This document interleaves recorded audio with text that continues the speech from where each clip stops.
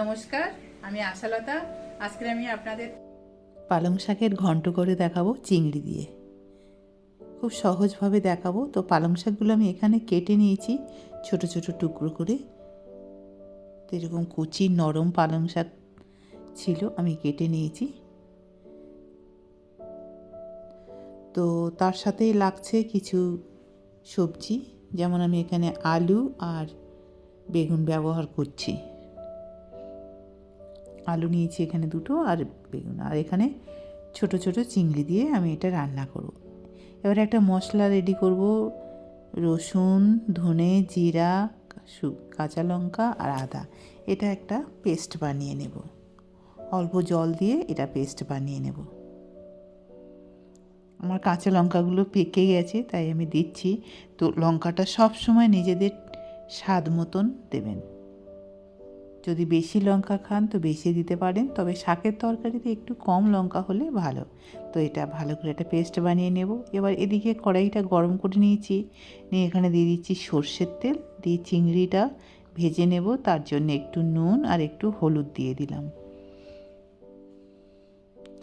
ছাঁকা তেলে ভাজবো না, কম তেল দিয়ে চিংড়িটা ভেজে নেব।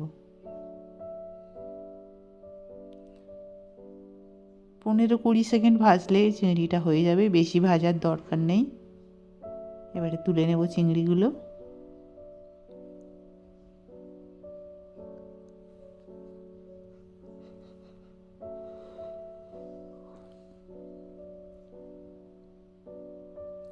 আবার একটু দিয়ে দিচ্ছি সর্ষের তেল, দিয়ে একটা শুকনো লঙ্কা আর 5 ফোড়ন দিলাম।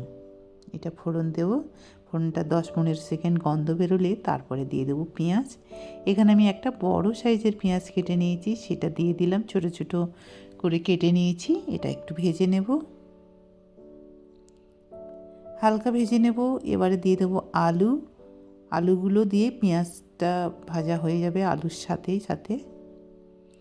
গ্যাসটা এখন আমি স্লোতে রেখেছি, কেননা আলুটা আমি ভাজতে ভাজতে যাতে আলুটা নরম হয়ে যায় বা সিদ্ধ হয়ে যায়, সেই জন্যে গ্যাস কমিয়ে রেখেছি। আর পেঁয়াজটাও পুড়ে যাবে না। দিয়ে দিচ্ছি স্বাদ মতো নুন।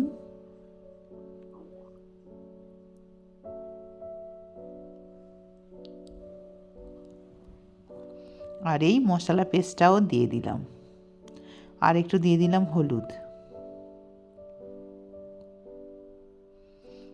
ভালো করে নেড়ে চেড়ে নেব।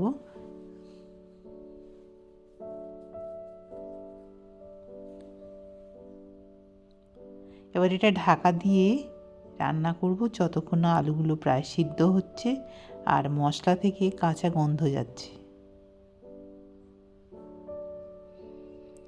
আলুগুলো প্রায় সিদ্ধ হয়ে এসছে, 80% মতন হয়ে এসছে, আর মশলাটাও ভালো ভাজা হয়েছে। এবারে দিয়ে দিচ্ছি বেগুন।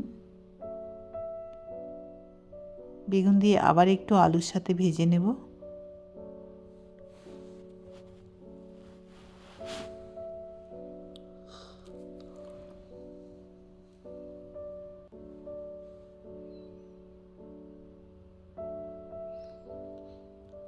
আলু বেগুন খুব সুন্দর ভাজা হয়ে গেছে।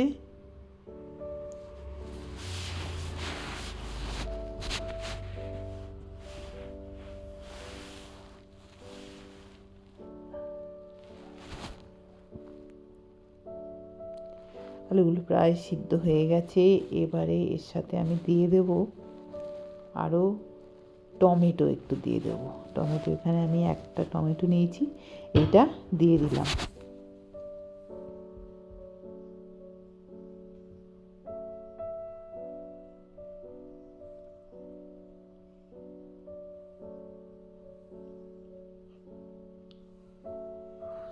আর দিয়ে দেবো পালং শাকগুলো। এখানে আমি জল ব্যবহার করছি না, কারণ গ্যাসটা আমি কমিয়ে রেখে এই রেসিপিটা করব। তাহলে এই শাক থেকে যে জল বেরোবে তাতে সিদ্ধ হয়ে যাবে।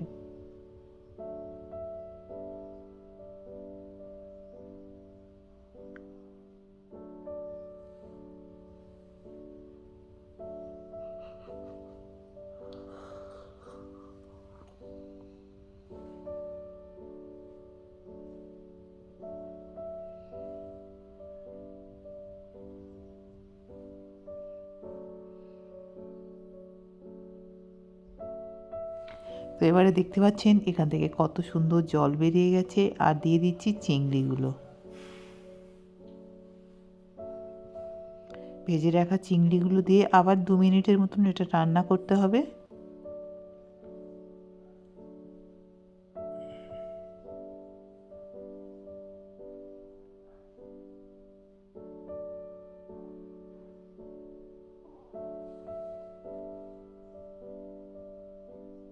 অল্প একটু জল দিলাম মশলা ধোয়ার বাটি থেকে।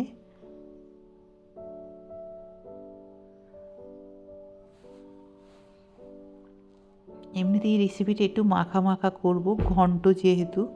আর একটু দিয়ে দিচ্ছি চিনি, অল্প 1 টিস্পুনের মতো। আপনাদের যদি চিনি পছন্দ না হয় না দিলেও চলবে, তো আমি এখানে অল্প একটু চিনি দিলাম, খেতে বেশ ভালো লাগবে, ব্যালেন্স থাকবে।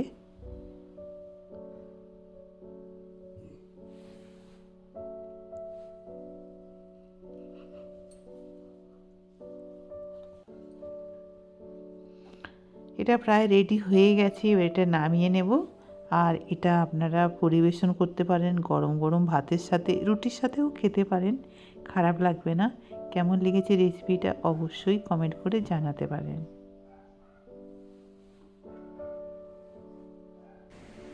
আমার এই রেসিপিটা যদি আপনাদের ভালো লাগে তাহলে লাইক করবেন, শেয়ার করবেন, সাবস্ক্রাইব করবেন, আর আমার বেল আইকনে ক্লিক করবেন, তাহলে নতুন নতুন ভিডিওর সাথে আপনারা আপডেট থাকতে পারবেন।